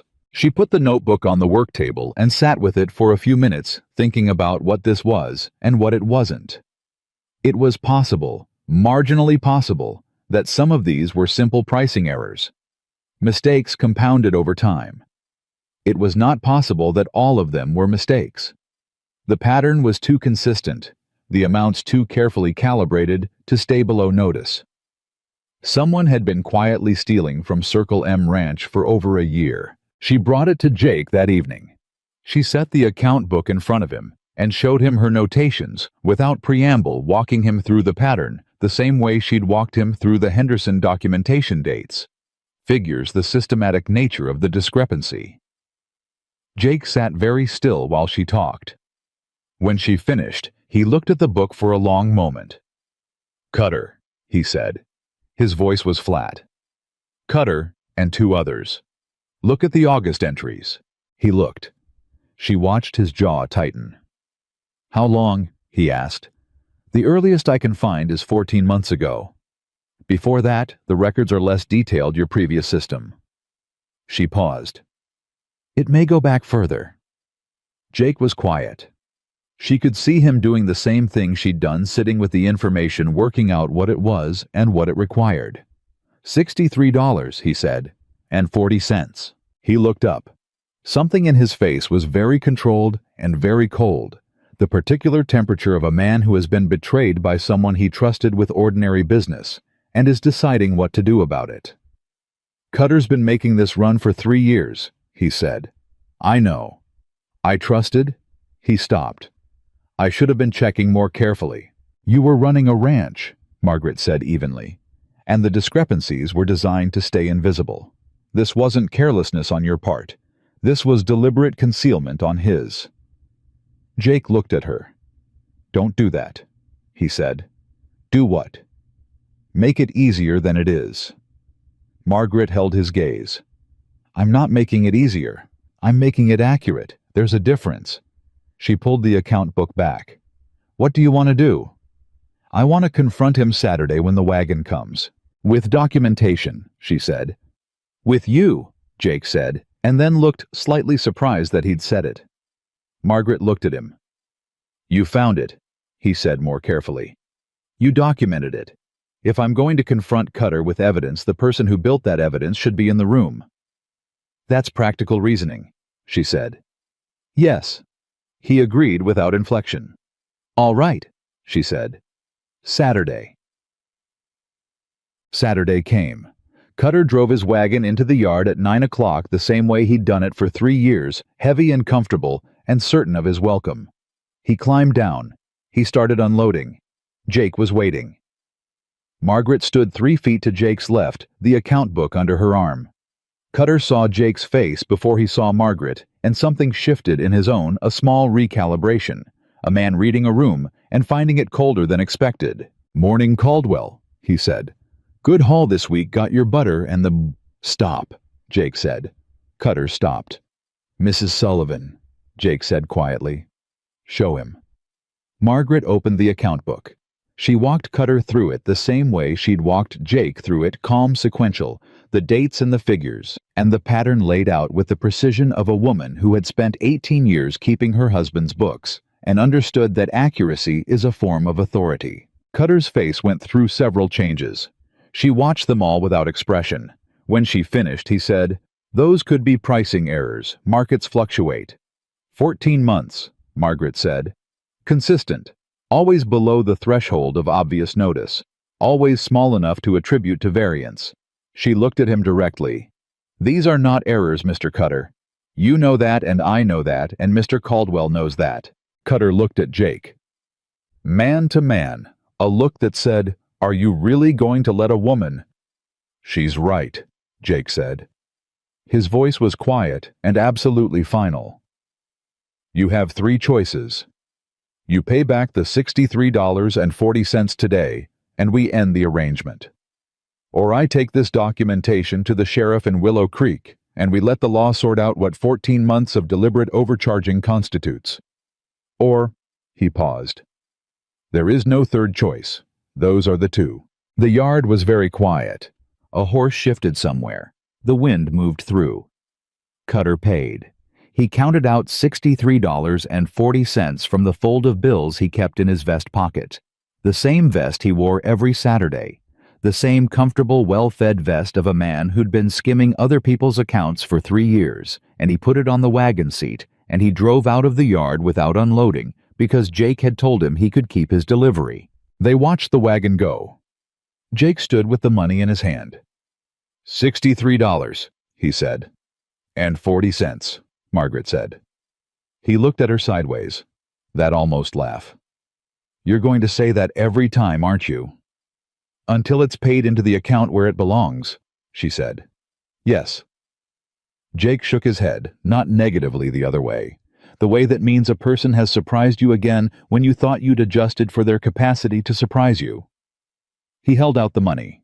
Put it in the kitchen account, he said. You found it. You manage it. She took it. She went inside.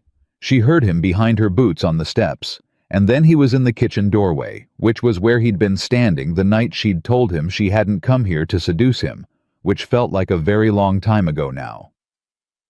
I need a new supply vendor, he said. I know, she said. I've been thinking about that. The farm woman who sells through the wagon, Clara Hodges. She has a husband and a son and a cart. If we contracted directly with her for fresh goods and used a different wagon service for dry goods, we'd cut out the middle margin and get better quality on the perishables. Jake looked at her. You've been thinking about this for how long? He said. Since the second week, she said. I was waiting for the right moment. The right moment, he repeated slowly. Events provided one, she said simply, and turned back to the stove. She heard him make a sound. It was, she had to be precise about this because she'd been cataloging these sounds for 2 months. It was a laugh. Small, brief, genuine, the real thing, not the almost. A laugh. She kept her face turned toward the stove until she was certain her own expression was organized, and then she said, Go talk to Hank. I'll have lunch ready at noon. Yes, ma'am, Jake Caldwell said with a gravity so perfectly calibrated she couldn't tell if he was serious, and walked out of her kitchen. It was Will Dawson who noticed first. Of course it was Will. It was a Sunday afternoon, the half-day, and most of the men were in the bunkhouse or walking the yard, and Margaret was sitting at the kitchen table doing her monthly accounts. Real accounts now reorganized and current, a document she was quietly proud of when Will came in, knocked first and sat down across from her, with the expression of a young man who has something to say and is working up to it. She let him work. She kept writing. Can I ask you something personal? He said finally. You can ask, she said. Do you ever think about leaving? She looked up. Will was serious. Not sad, just genuinely asking the way young people ask questions they don't know are complicated. I mean, you came here for survival. You said so more or less that first week. $40 a month and a room. He paused. Is it still like that? Is this still just the job? Margaret looked at him for a long moment. She thought about how to answer honestly without saying more than she'd decided to say. No, she said. It stopped being just the job a while ago. Will nodded. He looked at the table. Then, he's different, you know, since you got here. She kept her face neutral. Who? Mrs. Sullivan, Will said, with the gentle patience of the very young talking to someone they respect and are also slightly exasperated by. Jake. He's different. He laughs now. Not a lot, you know how he is, but he laughs now. She said nothing. I've worked here 2 years, Will said. I heard him laugh maybe 3 times before you came, in 2 years. He paused. That's all I'm saying. He got up. He went to the coffee pot, poured himself a cup, and then poured a second one, and set it in front of her without being asked, because sometime in the past 2 months, Will Dawson had learned how she took her coffee, and made it a practice to provide it when he was in the kitchen. Good accounts, he said, nodding at her notebook back to ordinary. Very good, she said. We're 13% under last year's kitchen costs with better food quality. Will blinked. How? Waste elimination, direct sourcing, and portion calibration, she said. And Cutter's $63. And 40 cents, Will said, grinning. You've been talking to Jake, she said. He tells it like it's the best story he knows, Will said, and carried his coffee back to the door. Which for a man who doesn't tell stories says something. He left. Margaret sat with her coffee and her accounts and the particular quiet of a Sunday afternoon kitchen, and thought about what Will Dawson had not quite said directly, and what she was not quite ready to say directly either, and the narrowing distance between those two things. Done. The hearing date arrived in a letter from Elias Marsh on the first Monday of November. 6 weeks out. Abilene. Henderson had filed a counter-motion which Marsh described in legal language that Margaret translated for Jake as, "He's scared and he's stalling." Jake read the letter twice, set it down, and looked at the back pages of her recipe book, which he'd returned after making copies with Marsh. 6 weeks, he said. 6 weeks, she confirmed. The note comes due in 4 months. I know. If the hearing goes badly, it won't, she said. He looked at her. You don't know that. I know Elias Marsh has the garrison paperwork and 6 pages of your documentation and a pattern that holds across 3 properties and a judge who grew up in a ranching family. She paused. And I know Henderson overplayed his hand because men like Henderson always overplay their hand. They get comfortable. They stop being careful. She looked at Jake steadily. You didn't overplay. You documented, and you waited, and you let the law do its work. That matters. Jake was quiet for a long moment. He was looking at her with that expression, the open window, the unlatched thing, and she held his gaze and let it rest there because she was tired of being the one to look away first. What did I do to deserve you in this kitchen? He said finally, and it came out different from how she suspected he'd planned it, quieter, more honest, the words overtaking the intention. Margaret looked at him across the table that had held 2 months of coffee and crisis and slow, careful understanding, and she said, You advertised honestly. You said what you needed and what you offered, and you kept both promises. That's more than most people manage. Jake held her gaze. Something moved across his face, slow, deliberate, a man making a decision about what to do with his own heart, which Margaret understood was not a small thing for a man like this. Margaret, he said. Jake, she said, because she'd learned that he needed to hear his name before he'd say the hard thing. I need you to know. He stopped. He tried again. This ranch is, you've become. He stopped again, and she could see at the words, stacking up behind the composure, that was his most ingrained habit, and she felt a tenderness for him so precise and specific, it almost hurt. I know, she said gently. I haven't said it, he said. No. She agreed. But I know. He looked at her for a long time. Then he put his hand on the table, not reaching, just placing it there, open, an invitation rather than a demand, the gesture of a man who has figured out that the right way to ask is to leave room. Margaret looked at his hand. She thought about Philadelphia and boarding house arithmetic and a brother-in-law with a ledger where a heart should be. She thought about $40 a month and the smell of that first kitchen and biscuits that came out wrong and then right and then better than she'd known she could make them. She put her hand over his fingers closed carefully. Neither of them said anything. The stove ticked. The wind moved outside. Somewhere in the yard, 2 horses made their ongoing argument about territory. The hearing will go well, she said eventually. I think so too, he said. Now. She understood what he meant by now, and she did not ruin it by explaining it. After a moment she said, I need to start supper. I know. He didn't move.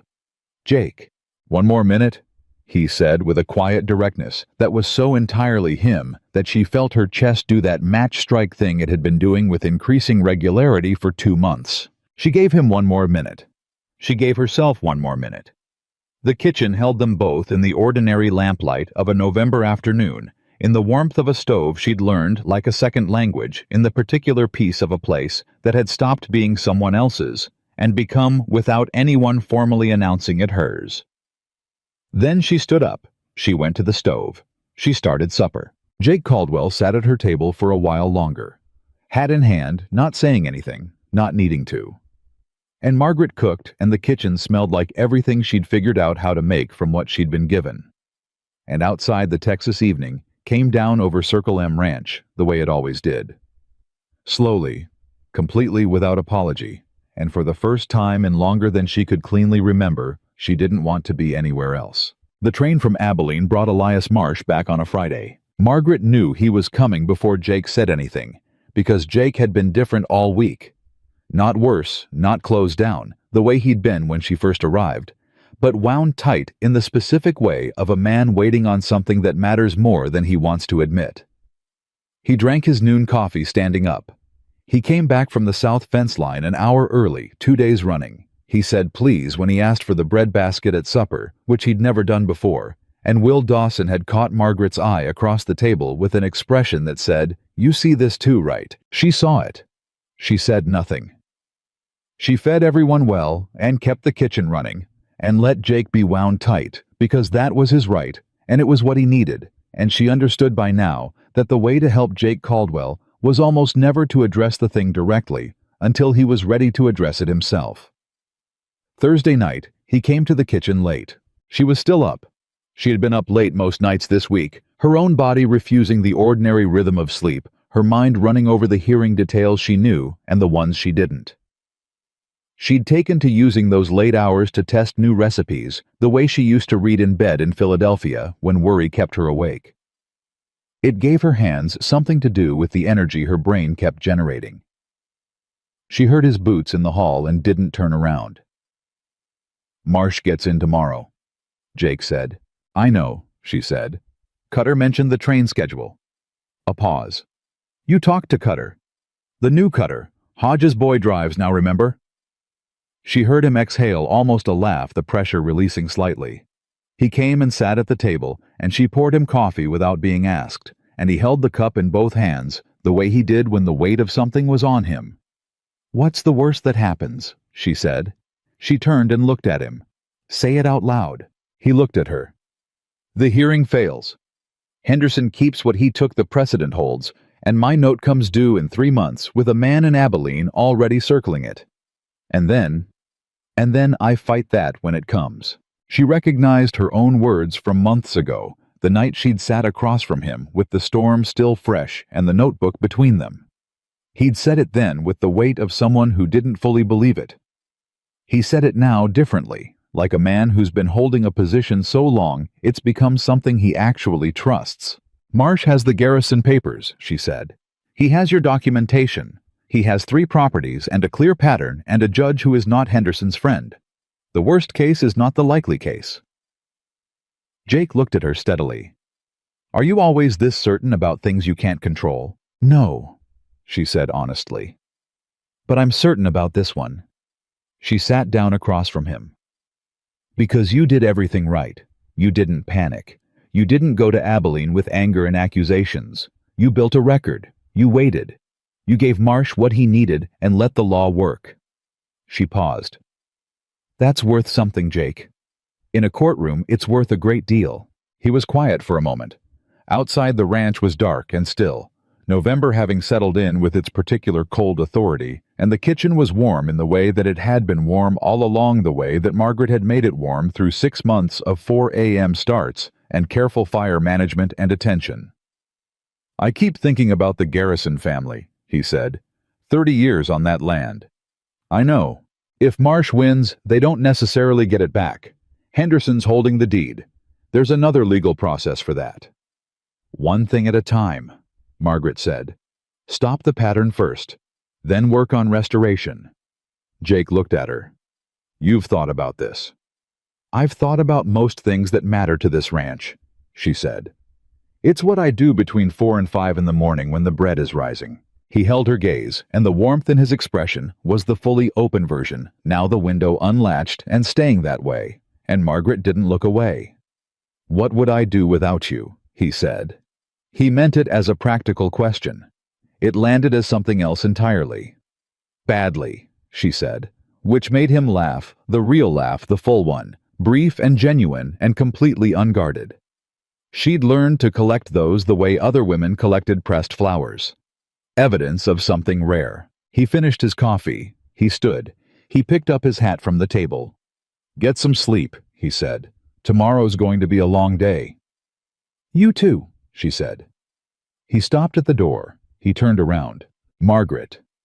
His voice had dropped to the register he used when he meant something all the way through, no portion held back. "Whatever happens tomorrow, I want you to know that the last 6 months—" He stopped, found the words. "This ranch is a different place, because of you. And I'm a different man, because of you." She looked at him in the lamplight of her kitchen. This lean, contained, honest man, who had given her a bolted room and a wood stove and $40 a month, and had somehow, without either of them quite noticing the exact moment it happened, given her a great deal more than that. "Go to sleep, Jake," she said softly. He went. She stood in the kitchen for a long time after his footsteps faded, and she let herself feel fully, and without management, exactly how much was riding on tomorrow. Marsh arrived at noon. He was smaller than Margaret had imagined from Jake's descriptions. A compact man in his 50s, sharp-eyed, with the kind of face that had learned to show exactly what it intended to show, and nothing else. He and Jake went into the main house and closed the door, and Margaret fed the hands their lunch and did not hover near the hallway, and Will Dawson ate 3 biscuits, with the mechanical focus of a man using chewing as a substitute for pacing. An hour passed, then another. Margaret started supper preparations. She made the dough for the evening's bread, set it to rise, prepped the salt pork, started the bean pot. Her hands moved through the familiar sequence, each task a small anchor, something solid and measurable, in an afternoon that felt like weather about to happen. At 2:30, the door to the main house opened. She heard Jake's voice, first one word sharp and clear across the yard.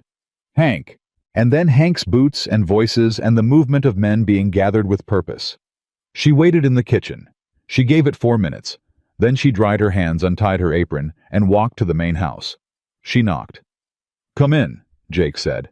Marsh was sitting at the table with papers spread in front of him, and Jake was standing, and Hank was in the corner, and they all looked at her when she came through the door with the particular expression of men who have been talking about something that includes her without her being in the room. "The hearing," she said. "What happened?" Marsh looked at Jake. Jake looked at Marsh. Something passed between them. Not hesitation, but the question of who was going to tell it. Marsh told it. Henderson had sent his lawyers in with a counter-argument that the paperwork discrepancies were clerical errors compounded by the rancher's misreading of complex financial documents. Standard defense, Marsh said, and expected. What Henderson had not expected was that Marsh had found a 4th property. Margaret went still. "A family named Pruitt," Marsh said. "Sold up 18 months ago, or thought they were selling voluntarily at a fair price. When I looked at their paperwork against the garrison documents, the same handwriting is in the margins of both. Henderson's handwriting." He paused. His own handwriting in 2 separate documents, showing 2 separate alterations to financial terms both families had agreed to in good faith. "That's not clerical error," Margaret said. "No," Marsh said. "That is a pattern, and the judge saw it." The room was very quiet. "The hearing," she said. "Found in our favor," Jake said. His voice was steady. Carefully steady, the steadiness of a man holding something large with both hands. "Henderson's acquisition of the garrison property is declared fraudulent. The Rourke property is under review. The Pruitt case goes to a separate proceeding, but Marsh says the precedent is set." "And your note?" Margaret asked. "Henderson's financial operations in this county are under court injunction, pending the full investigation," Marsh said. "He cannot call any notes, initiate any foreclosure actions, or transfer any acquired properties until the investigation is resolved." He looked at her over his papers. "Mr. Caldwell's note is effectively frozen." Margaret sat down. She hadn't meant to, but her legs made the decision independently. "Frozen," she said, "until the court sorts out the full scope of his operations," Marsh said, "which based on what we've found could take a year, maybe more." He paused. "And Henderson's personal assets are being examined. If the fraud case holds across all 4 properties, and I believe it will, he won't be in a position to call anyone's note. He'll be defending himself in a criminal proceeding." Jake was watching her. She knew, because she could feel it, the specific quality of his attention. "You're crying," Will Dawson said from somewhere behind her, which was when she discovered that Will had followed her in and was standing near the door. "I'm not crying," she said, and pressed the back of her hand against the corner of her eye. "That's crying," Will said with great gentleness. "Go check on the bread," she said. "The bread is fine. I checked it before I followed you." She would have laughed if her throat wasn't doing what it was doing. She composed herself with the deliberate effort of a woman who has had a great deal of practice at composure, and she looked at Elias Marsh and said, "What about the Garrison family? Can they come back?" Marsh's expression shifted something warmer, less lawyerly. "That's the other thing I came to tell." He looked at Jake. "I wrote to them before the hearing.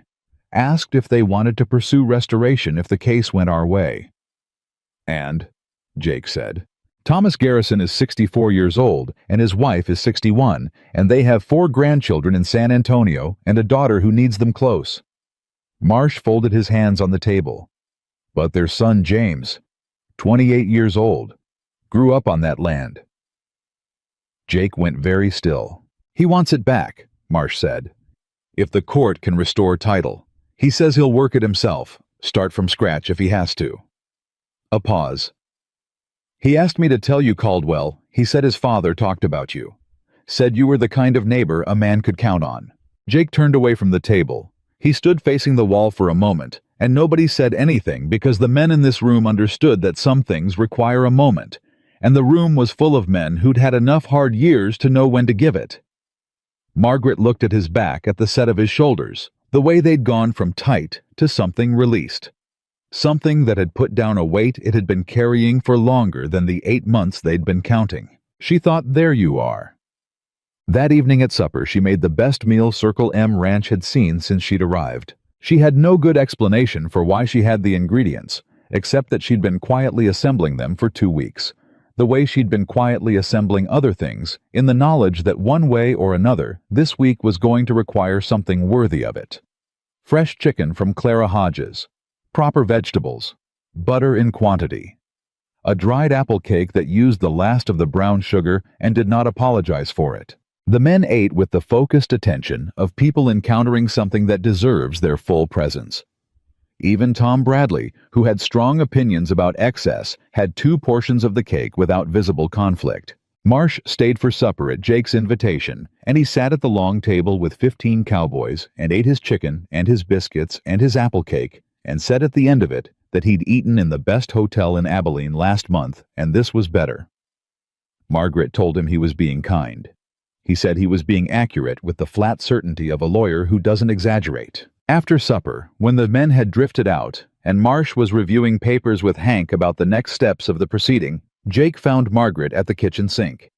He came and stood beside her, not across the table, not in the doorway beside her, close enough that she was aware of the warmth of him, the way you're aware of a fire in a cold room. "You should go to bed," she said. "You haven't slept properly in a week." "I know," he said. He didn't move. She kept washing. He kept standing. The kitchen did its kitchen things, the stove settling the lamp steady, the particular breathing of a warm room at the end of a long day. "I've been thinking," Jake said, "about what comes next. For the ranch. For everything."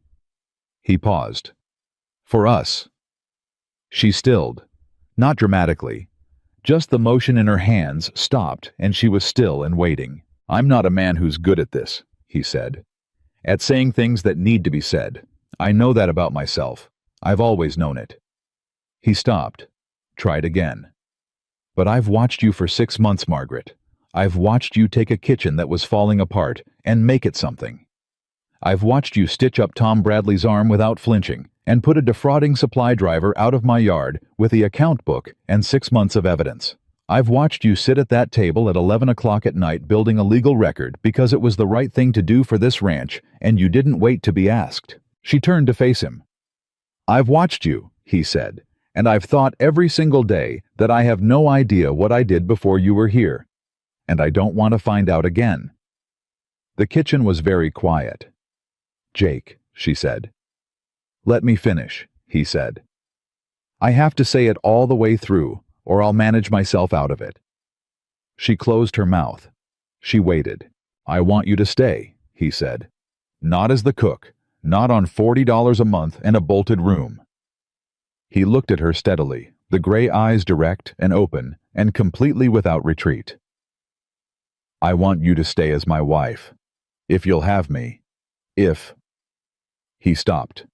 The composure cracked briefly, just enough to show what was underneath it. which was a man who was genuinely uncertain for the first time she'd ever seen, genuinely afraid of the answer, and asking anyway.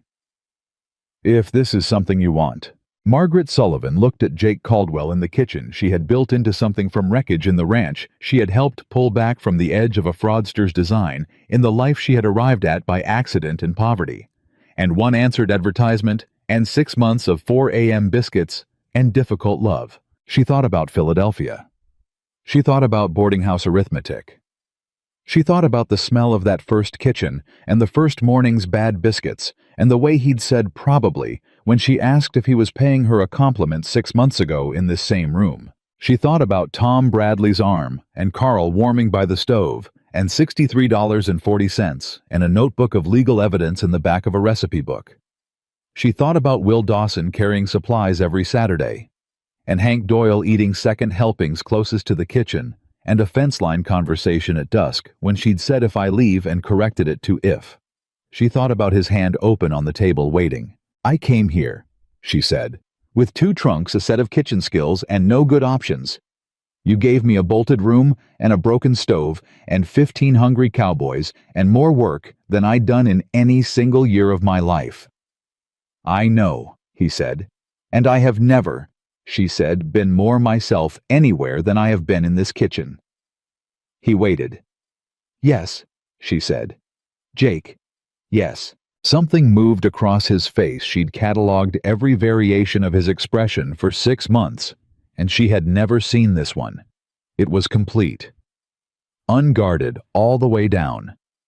It was a man whose most careful habit of containment had been handed something it didn't need to contain. He reached out and took her hand, the way he had at the table, carefully, fully a grip that meant something. "Good," he said. And then, because he was still himself, still Jake, "The bread ratios stay in the front of the notebook." She laughed. The real kind from the chest, the kind she'd been holding back for 6 months in the general project of not letting anyone know how completely she'd arrived somewhere she hadn't known she was going. "The bread ratios," she said, "stay in the front of the notebook." Sad.